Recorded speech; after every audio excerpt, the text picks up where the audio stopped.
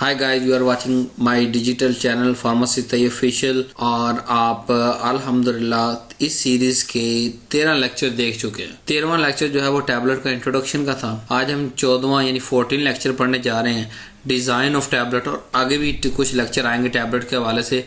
जल्दी से हम चलते हैं जी टैबलेट डिज़ाइन और आज के लेक्चर की तरफ। सबसे पहले टैबलेट डिज़ाइन और फार्मुलेशन का ऑब्जेक्टिव क्या है कि करेक्ट अमाउंट डिलीवर होनी चाहिए, करेक्ट फॉर्म के अंदर होनी चाहिए, करेक्ट टाइम पे होनी चाहिए और डिजायर लोकेशन तक पहुंचे विद इट्स केमिकल इंटीग्रिटी। कि लोकेशन पे पहुंच के भी वो जो कंपाउंड है, जो एपीआई है, वो हमारा ठीक रहे और फार्माकोलॉजिकल काम कर सके। Factor affecting efficacy of drug. अब कौन से वो फैक्टर हैं जो कि हमारी ड्रग की एफिकेसी कहते हैं, उसकी इफेक्टिवनेस के ड्रग काम करेगी भी नहीं, कौन इफेक्ट करते हैं। Number 1 physical and chemical property of medicinal agent के जो एपीआई है उसके जो फिजिकल और केमिकल प्रॉपर्टीज होती हैं वो इफेक्ट करती हैं। नंबर 2 एक्चुअल फिजिकल डिज़ाइन के जो हम एक्चुअल मतलब टैबलेट बना रहे हैं तो उसका जो एक्चुअल फिजिकल डिज़ाइन है, जो फाइनल फॉर्म है, वो बड़ी मैटर करती है कि बाहर से हमने कोटिंग की नहीं की, शुगर कोटिंग की, फिल्म कोटिंग की, इंटेरी कोटिंग की, हमने जो है उसको प्लेन रखा, उसके ऊपर इनग्रेव किया। तो एक्चुअल फिजिकल डिज़ाइन जो है वो बड़ा मैटर करता है, वो फैक्टर इफेक्ट करते हैं टैबलेट को डिज़ाइन फॉर्मुलेट करने। फिर मैन्युफैक्चरिंग प्रोसेस कि हर टैबलेट उसके साइज़ के हिसाब से हम पंच का साइज़ अलग लेंगे, हम जो है वो एक जो मिक्सिंग का टाइम है, जो ग्राइंडिंग का टाइम है, जो मिकदार बाइंडर की है, वो मैन्युफैक्चरिंग प्रोसेस के दौरान जो सारी प्रोसेस और इंग्रेडिएंट है उनकी ख़ास मिकदार और ख़ास टाइम, ख़ास फंक्शन के लिए हम वो काम करते हैं। तो ये इफेक्ट करता है। अगर उससे रिक्वायर हीटिंग से ज़्यादा हीटिंग दे देंगे तो वो जो है वो बर्न हो जाएगा, केमिकल ख़राब हो जाएगा, उसकी एफिकेसी ख़राब हो जाएगी। अगर कम देंगे तो वो अच्छी तरह बाइंड नहीं करेगा। तो इस तरह सारे प्रोसेस हम देखते हैं। फिर चौथा फैक्टर है complete chemical makeup of tablet. Tablet के अंदर क्या है कि एपीआई के साथ एक्सिपिएंट है।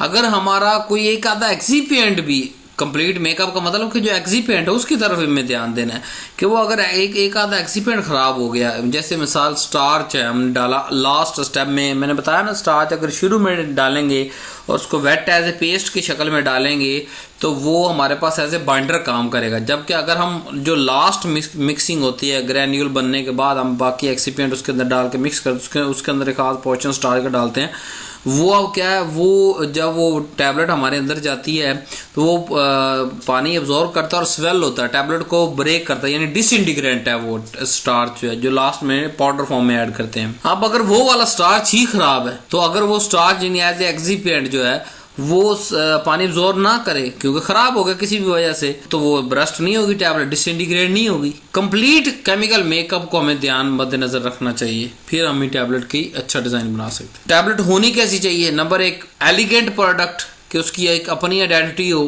कोई डिफेक्ट ना हो, जैसे मतलब ऊपर कोई चिप या क्रैक या डिसकलरेशन या कंटेमिनेशन, कि जैसे ये मैंने साइड में दिखाया हो, इनमें से कोई भी जो है वो टैबलेट नहीं होनी चाहिए। क्योंकि सबसे अगर एलिगेंट यानी कि वो उसकी अपीयरेंस ही ख़राब होगी तो वो कोई जो है मरीज़ को परचेज नहीं करेगा और उसे ख़रीदेगा नहीं। नंबर 2 टैबलेट कैसी होनी चाहिए? जो उसकी स्ट्रेंथ है वो मैकेनिकल शॉक को प्रोडक्शन के दौरान जो आना है, पैकेजिंग के दौरान आना है, शिपिंग के दौरान, डिस्पेंसिंग के दौरान, वो सब को बेयर करे। मतलब मिसाल देता हूँ, प्रोडक्शन के दौरान जो हमने पंच मारना है तो वो टैबलेट बने, ना कि उसके ऊपर कोई जो है क्रैक्स आ जाएं।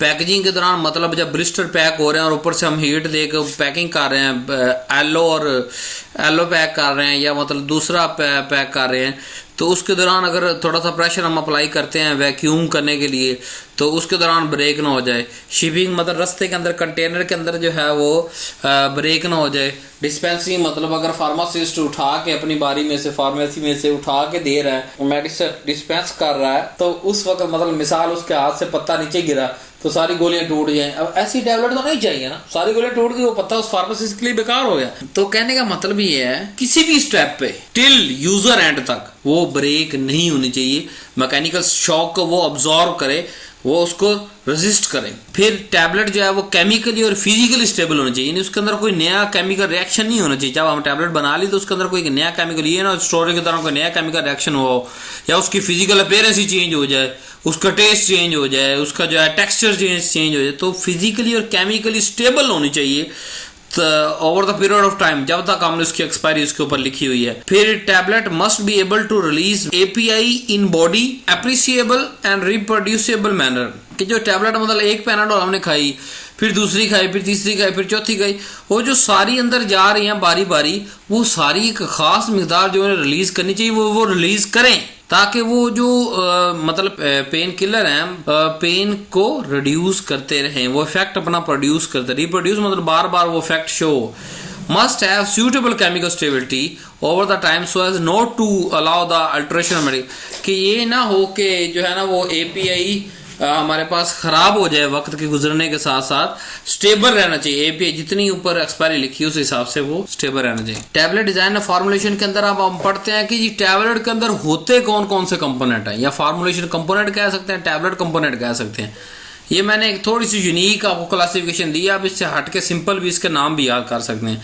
पहले मैंने कहा जी to provide essential manufacturing technology function, कि वो वाले एक्सीपिएंट जो हमें मैन्युफैक्चरिंग में मदद देते हैं। नंबर एक, बाइंडर, टैबलेट बनाने में काम करते हैं। लुब्रिकेंट, के चिपक ना जाए पंच के अंदर। ग्लाइडेंट, के वो वही चिपके और यानी कि उसकी शाइनिंग अच्छी आए। टू मॉडिफाइड ड्रग रिलीज, अब कौन से एक्सीपिएंट है जो रिलीज पे इफेक्ट करते हैं। डिसइंटीग्रेंट और पॉलीमर डिफरेंट जो हम इस्तेमाल करते हैं। स्टेबिलिटी कौन बढ़ाते हैं, एंटीऑक्सीडेंट। पेशेंट एक्सेप्टेबिलिटी, फ्लेवर और sweetener agent. Aid in the product identity, colour जो है वो आइडेंटिफिकेशन के लिए इस्तेमाल होता है। और नॉन ड्रग जो हमारे पास होते हैं वो play major role in determined the quality and performance, के सारे के सारा जो चीज़ है एपीआई की बजाय एक्सीपिएंट पे डिपेंड करता है कि वो एक्सीपिएंट जो उसके साथ मौजूद है, बाकी सारे chemical, binder, lubricant, glidant, disintegrant, polymer, antioxidant, flavourant, sweetener, colourant, ये सारी चीज़ें जो हैं वो उस टैबलेट की क्वालिटी और परफॉर्मेंस को हमें बताती हैं। तो ये सारे के सारे एक्सीपिएंट हैं। इनके अलावा एपीआई जो है वो मेन होता है, एक्टिव फार्मास्यूटिकल इंग्रेडिएंट, वो मेन मेडिसिन है। बाकी सारे एक्सीपिएंट, ये सारे के सारे आपके सामने एक्सीपिएंट लिखे हुए हैं, ये सारे के सामने आपके सामने फार्मुलेशन कंपोनेंट लिखे हुए हैं। आप इसे सिंपल भी याद कर सकते हैं, लेकिन मैंने उनका फंक्शन भी साथ कंपोनेंट का मेन मैंने बता दिया। अब इन एक्सीपिएंट का क्राइटेरिया क्या है, ये टॉक्सिक नहीं होने चाहिए, ये मार्केट में अवेलेबल होने चाहिए, इनकी कॉस्ट सस्ती होनी चाहिए, महंगा नहीं होना चाहिए। और जो है वो हम जो जिस भी किसी भी पॉपुलेशन के लिए वो टैबलेट बना रहे हैं वहाँ वो कंट्रा इंडिकेटेड नहीं होनी चाहिए, कि ये नहीं है कि वो पॉपुलेशन उस चीज़ को इस्तेमाल नहीं। जैसे जेलेटिन है, अगर फ्रॉम एनिमल ओरिजिन है तो हिंदू कम्युनिटी जो हमारे भाई हैं, हिंदू भाई हैं, वो उस जेलेटिन जो एनिमल ओरिजिन है वो नहीं खाएंगे, तो उस पॉपुलेशन के लिए हमें एनिमल ओरिजिन जेलेटिन इस्तेमाल ही नहीं करना। तो इस तरह फिजियोलॉजिकल इनर्ट कि एक्सीपिएंट कोई अंदर जाके कोई फार्माकोलॉजिकल एक्टिविटी ना परफॉर्म करना चाहिए, एपीआई बेचारा पीछे पड़ा और एक्सीपिएंट को no, it must be physiological inert, कि कोई उसका जो है बॉडी पे असर अंदाज नहीं होना चाहिए। हाँ, टैबलेट को रिलीज पे उसका अंदाज होना चाहिए, टैबलेट को स्टेबल करने पे, टैबलेट को कलर देने पे, लेकिन अंदर जाके वो एपीआई की तरह फिजियोलॉजिकल एक्टिविटी कोई ना करे। फिर जो है एक्सीपिएंट का अदर कैरेक्टर है कि फिजिकल और केमिकल स्टेबल हो, खुद स्टेबल होगा तो एपीआई को स्टेबल रखेगा, और जब एपीआई स्टेबल रहेगा तो टैबलेट स्टेबल रहेगी। ड्रग और दूसरे कंपोनेंट के साथ कोई छेड़खानी ना करो, यानी हमने कोई ऐसे एक्सपेरिमेंट इस्तेमाल नहीं करने जो आपस के अंदर केमिकल बॉन्डिंग और रिएक्शन और आयन एक्सचेंज और इस तरह के पंगे करने शुरू कर दे केमिस्ट्री के। फिजिकली और केमिकली स्टेबल हमने देना है। इसके अलावा free of any unacceptable microbial load, कि उसके अंदर बैक्टीरिया नहीं होने चाहिए।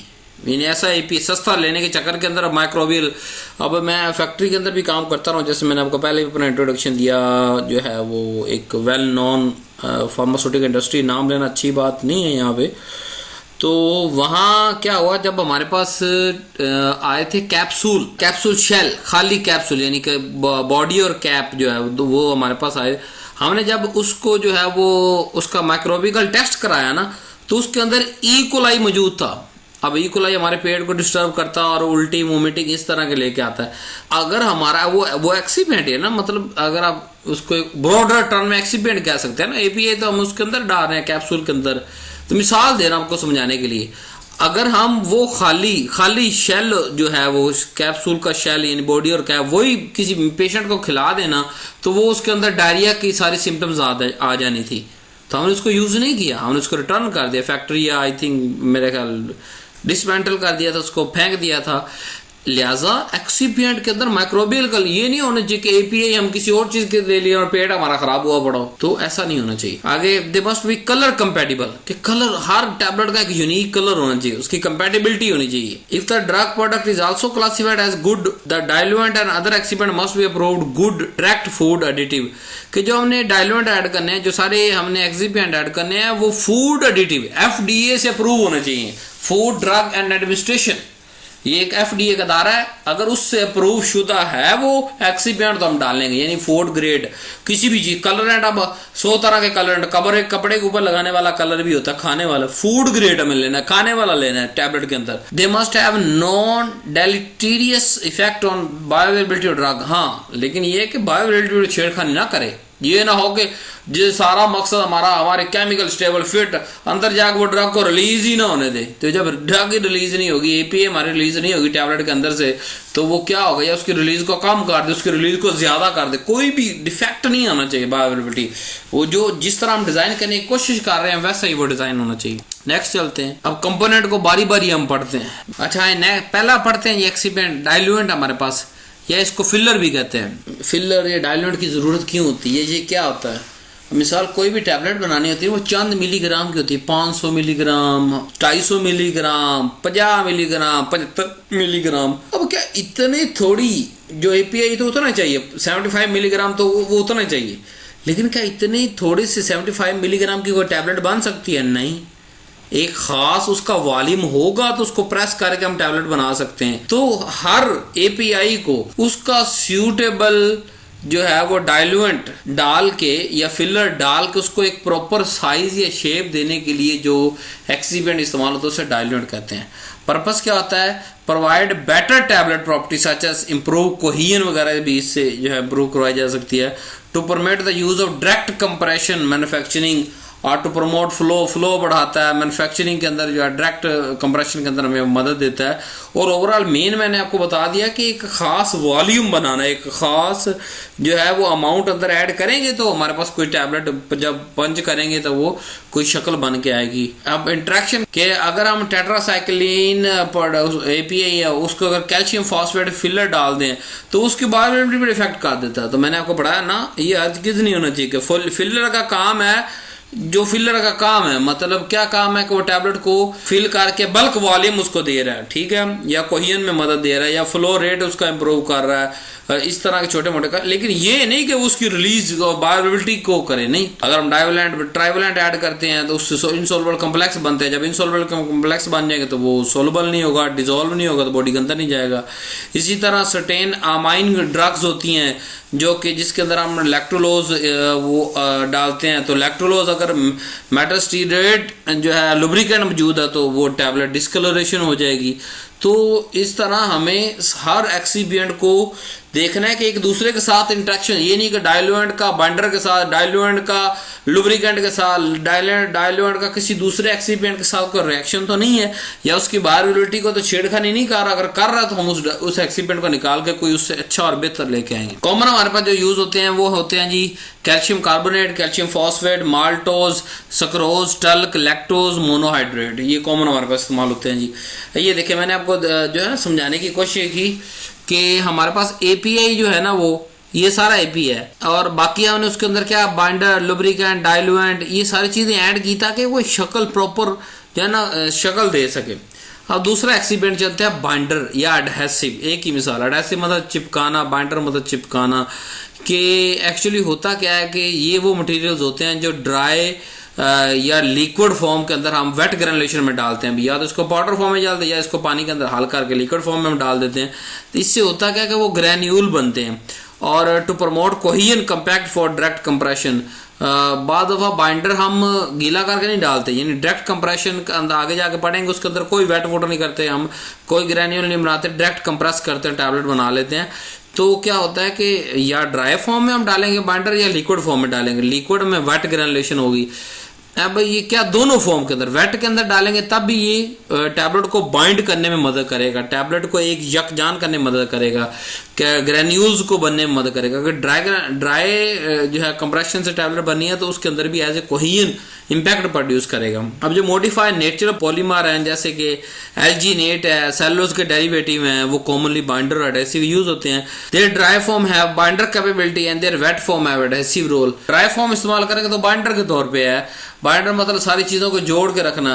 एडहेसिव का मतलब ये है कि अगर वेट फॉर्म में डाल देंगे तो वो एज ए लाइक गूंद के तौर पे काम करेगा, हर चीज़ को एक दूसरे के साथ चिपका देगा, तो एडहेसिव नेचर होगी। Hydroxy propyl methyl cellulose used as alcohol solution to provide anhydrous adhesive के तौर पे इस्तेमाल होता है हमारे पास। बाइंडर की मिसाल आपको दे दो तो स्टार्च पेस्ट जो है वो ग्रेनुलेटिंग एजेंट के अंदर, स्टार्च की बड़ी मज़ेदार कहानी है, अभी सुन लें फिर आपको बाद में समझ नहीं आनी। स्टार्च अगर गीला डालेंगे, पेस्ट बना के डालेंगे तो ये बाइंडर है। स्टार्च अगर ड्राई डालेंगे, खुश्क डालेंगे तो ये डिसइंटीग्रेंट है। अब वेट कब डालेंगे, ड्राई कब डालेंगे? वेट डालेंगे हम वेट ग्रेनुलेशन के अंदर, पहले स्टेप के अंदर डालेंगे और पानी डाल देंगे और उसकी पेस्ट बनाएंगे, तो वहाँ पे स्टार्च क्या करेगा, फूल के जो है वो सारा बाइंडिंग एजेंट काम करेगा।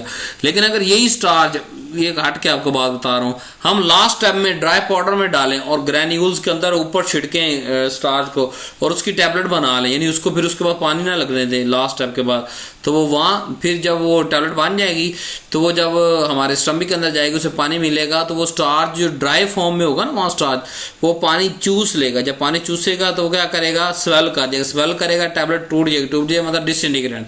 तो स्टार्च अगर पेस्ट की शक्ल में डाले तो बाइंडर है, ड्राई शक्ल में डाले तो डिसइंटीग्रेंट है। तो ये सारा मैंने वही लिखा हुआ कि स्टार्च को जो है वो आप वाटर के अंदर डालेंगे, थोड़ी देर के लिए हीट दें, जो वो हाइड्रोल एसिड होगी, dextrose sucrose, then produce cohesive tablet that readily disintegrate when properly formulate. ठीक है।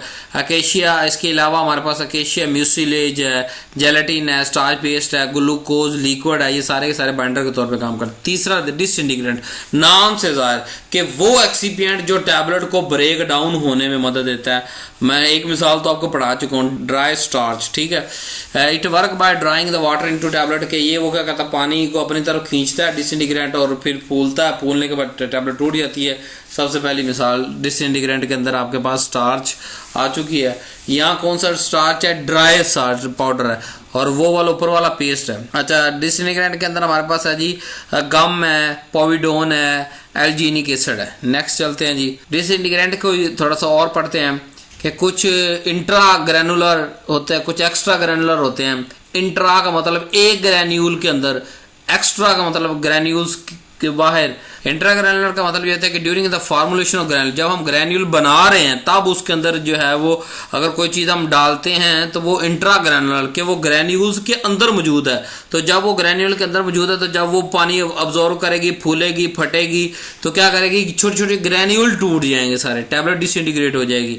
एक्स्ट्रा ग्रैनुलर के ये सेकंड मिक्सिंग की स्टेज पे जब हम कंपैक्शन करने, आखिरी जब स्टेप होता है ना कंप्रेस करना है, उससे पहले हम डालते हैं ग्रैन्यूल्स के ऊपर, यानी छिड़कते हैं, यानी ग्रैन्यूल बने हुए हैं, बाहर हमने डालना है। इंट्रा मतलब ग्रैन्यूल के अंदर डाल रहे थे, एक्स्ट्रा मतलब ग्रैन्यूल के बाहर।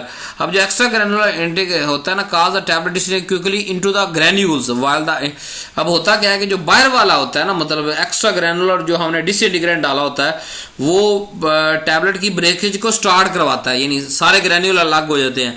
लेकिन फिर जब ग्रैन्यूल के अंदर मौजूद होता है, इंट्रा ग्रैनुलर जो मौजूद होता है डिसइंटीग्रेट, जब वो टूटता है फिर छोटे छोटे ग्रैन्यूल टूट जाता है। जब सारे ग्रैन्यूल टूटे तो कंप्लीट ब्रेक डाउन हुई थी। क्या कोई सुपर डिसइंटीग्रेंट भी है कि टैबलेट को जल्दी जल्दी तोड़ दे? जी हाँ है। मिसाल यानी कम टाइम पे तोड़ दे, उसमें सोडियम स्टार्च ग्लाइकोलेट, फिर स्टार्च आ गया आपको। अब देखें, स्टार्च ड्राई पाउडर को तो मैंने कहा यहाँ हमने फंक्शनल ग्रुप साथ लगा दिए हैं, सोडियम स्टार्च ग्लाइकोलेट, एक तरफ सोडियम लगा एक तरफ ग्लाइकोलेट लगा, तो इससे क्या होता है कि इसका फंक्शन डबल से ट्रिपल यानी 100 टाइम 10 टाइम बढ़ गया आम स्टार्च से। तो ये स्टार्च तो स्टार्च है, इसके साथ फंक्शनल ग्रुप लगने की वजह से ये सुपर डिसइंटीग्रेट, यानी कि पहले सिंपल स्टार्च ने अगर वो टैबलेट 10 मिनट में ब्रेक करानी थी, इसने 2 मिनट में करा देनी है।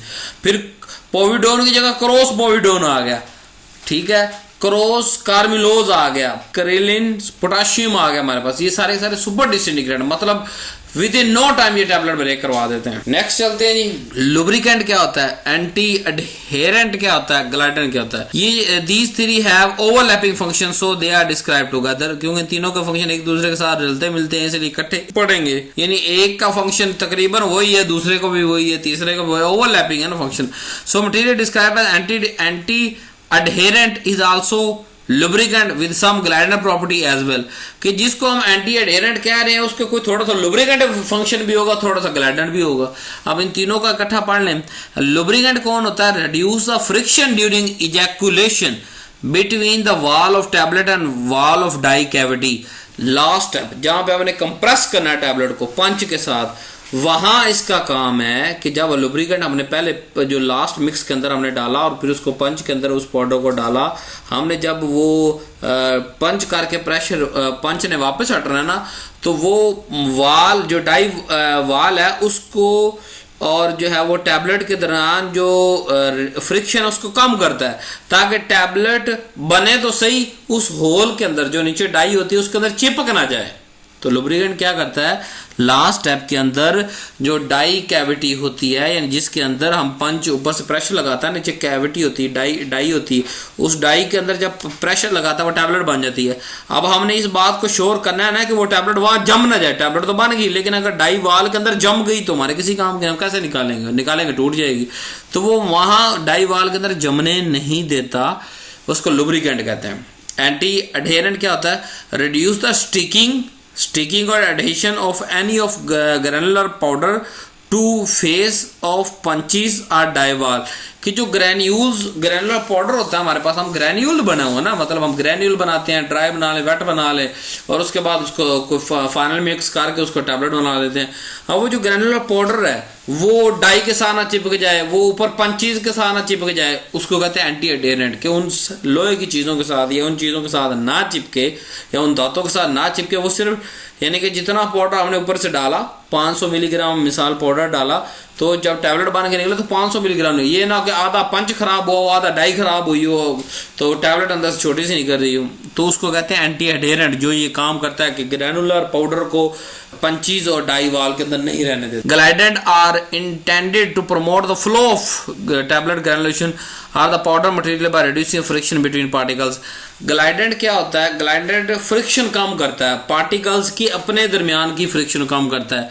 अब ये कहाँ काम आता है, मिसाल हमने जब वो जो पंच जहाँ टैबलेट बन रही होती है ना, पंचीस ऊपर से जो फ्लो आ रहा था पाउडर का, अगर उसके अंदर ग्लाइडेंट हम नहीं डालेंगे तो कभी ज्यादा पाउडर आ जाए, कभी कम आ जाए, कभी ज्यादा आ जाए, कभी कम आ जाएगी, तो कभी छोटी टैबलेट बनेगी, कभी बड़ी बन जाए, कभी छोटी, कभी।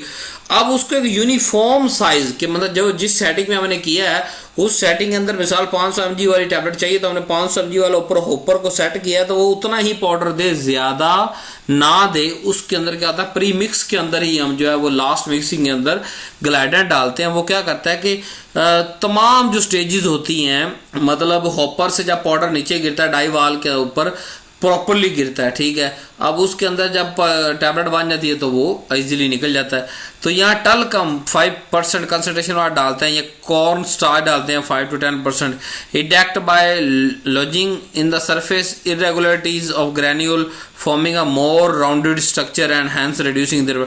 अब ये जो कॉर्न स्टार्च है, ये टल्क है, ये क्या करता है, जो ग्रैन्यूल की अगर कोई रफ सरफेस है तो उसको स्मूथ कर देता है, उसको जो है मोर राउंडेड शेप की, जब राउंडेड शेप के ग्रैन्यूल होंगे तो उनका फ्लो प्रॉपर्टी बढ़ जाएगी, वो ग्लाइडेंट के तौर पे काम करेंगे। अब देखिए तीनों चारों का एक ही जैसा सेम लुब्रिकेंट, मतलब वो जो ना चिपकने दे, एंटी अडहेरेंट जो ना चिपकने दे, मतलब लेकिन थोड़ा फर्क कहाँ आ गया कि वहां लुब्रिकेंट के अंदर हम कह रहे हैं कि जब टैबलेट पंच होगी तो डाई वाल और नीचे जो है वो पंच के साथ ना चिपके। एंटी अडहेरेंट है कि वो पाउडर जो पहले है वो ना चिपके, ग्लाइडर मतलब ग्रैन्यूल्स ना चिपके, कहीं चिपके ना, या मतलब अच्छे फ्लो करें। लुब्रिकेंट की बात करें तो कैल्शियम स्टीरेट है, मैग्नीशियम स्टीरेट बड़ा आम इस्तेमाल होता है।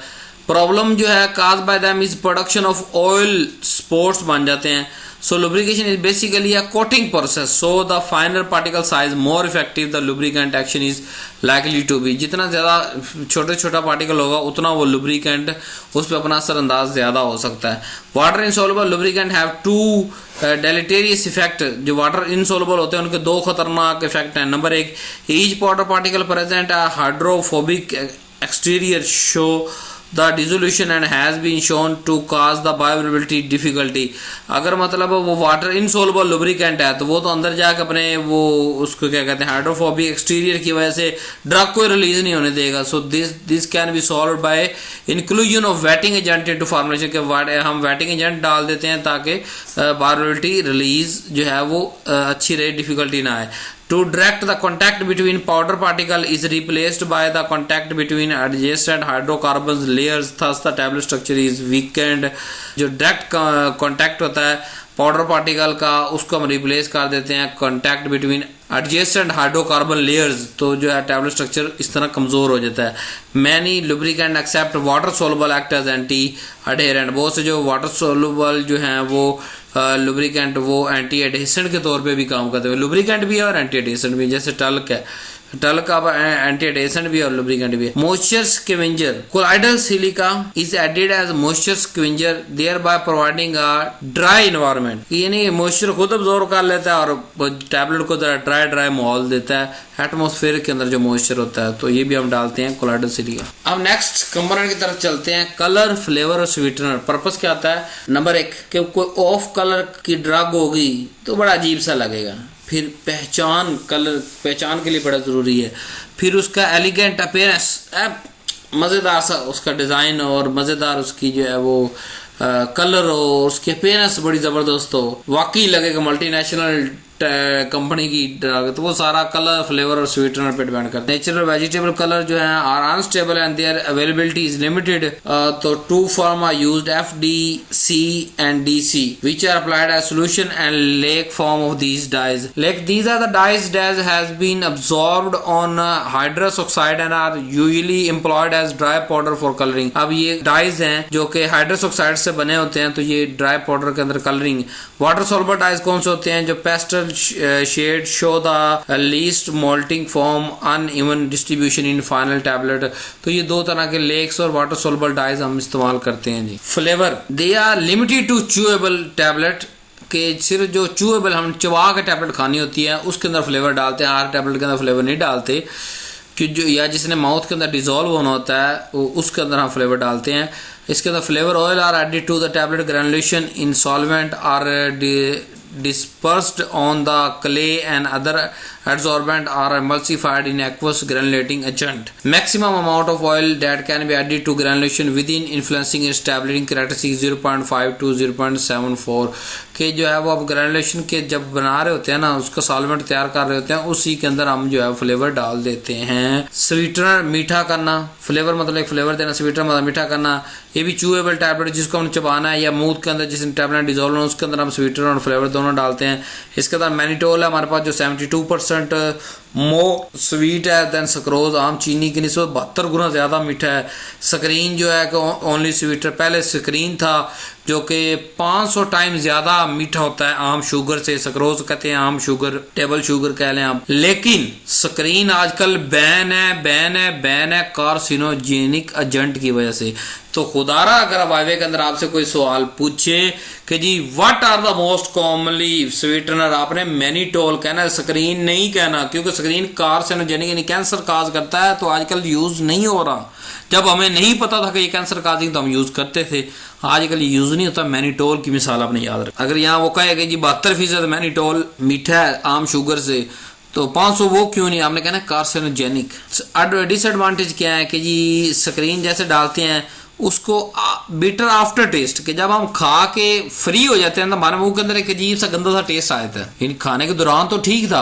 अब आइसक्रीम वगैरह अगर आपने खाई हो ना, स्क्रीन से बनी हुई है, गोले खाए हो, तो आपको पता होता है जब पूरा गोला खा लेते हैं ना, खत्म हो जाता है, तो हमारे मुंह के अंदर गंदा सा टेस्ट आता है. तो उसे कहते हैं बिटर आफ्टर टेस्ट कि गंदा सा टेस्ट है खाने के बाद.